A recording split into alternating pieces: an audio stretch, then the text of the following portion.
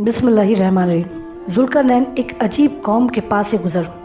ذوالقرنین ایک مرتبہ ایک ایسی قوم کے پاس سے گزرا جن کے پاس دنیاوی اسباب میں سے کوئی چیز موجود نہ تھی، اور انہوں نے اپنے مردوں کی قبریں اپنے گھروں کے دروازے پر رکھی تھی اور ان کی دیکھ بھال، صفائی، زیارت کرتے تھے، اور ان کے درمیان اللہ تعالیٰ کی عبادت کرتے تھے، اور ان کی غذا صرف گھاس اور زمینی نباتات تھے۔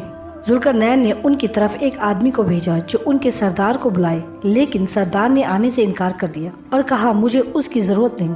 لہٰذا ذوالقرنین خود ان کے پاس آئے اور کہا تمہیں کیا ہوا ہے کہ میں تمہیں اس حال میں دیکھتا ہوں کہ تمہارے پاس نہ سونا ہے اور نہ چاندی، اور تم دنیا کی کسی بھی نعمت کے مالک نہیں ہو۔ ان کے سردار نے ہاں میں جواب دیا اور کہا اس لیے کہ دنیا کی نعمتوں سے کوئی بھی جی نہیں بھر سکتا۔ ذوالقرنین نے کہا تم نے قبریں دروازے پر کیوں کھود رکھی ہیں؟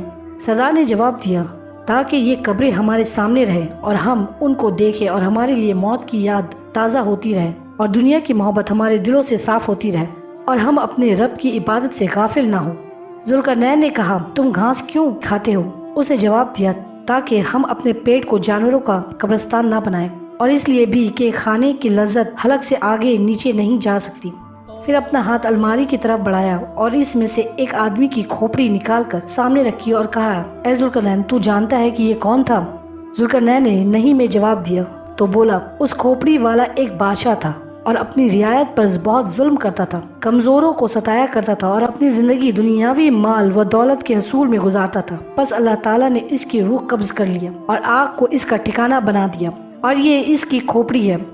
اور اس نے پھر ہاتھ لمبا کیا اور ایک انسان کی کھوپڑی اس کے سامنے رکھی اور کہا تو اسے جانتا ہے؟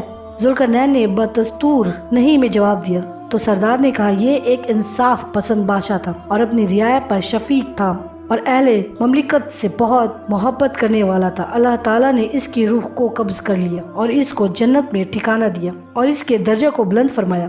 پھر اس نے اپنا ہاتھ ذوالقرنین کے سر پر رکھ کر کہا یہ بھی ان دونوں کھوپڑیوں میں سے ایک بننے والا ہے۔ یہ سن کر ذوالقرنین زوردار انداز میں رویا اور اس کو گلے سے لگایا اور کہا اگر آپ میری رفاقت کو پسند کریں تو میں اپنی وزارت آپ کے حوالے کر دوں گا اور اپنی بادشاہت میں آپ کو حصہ دوں گا۔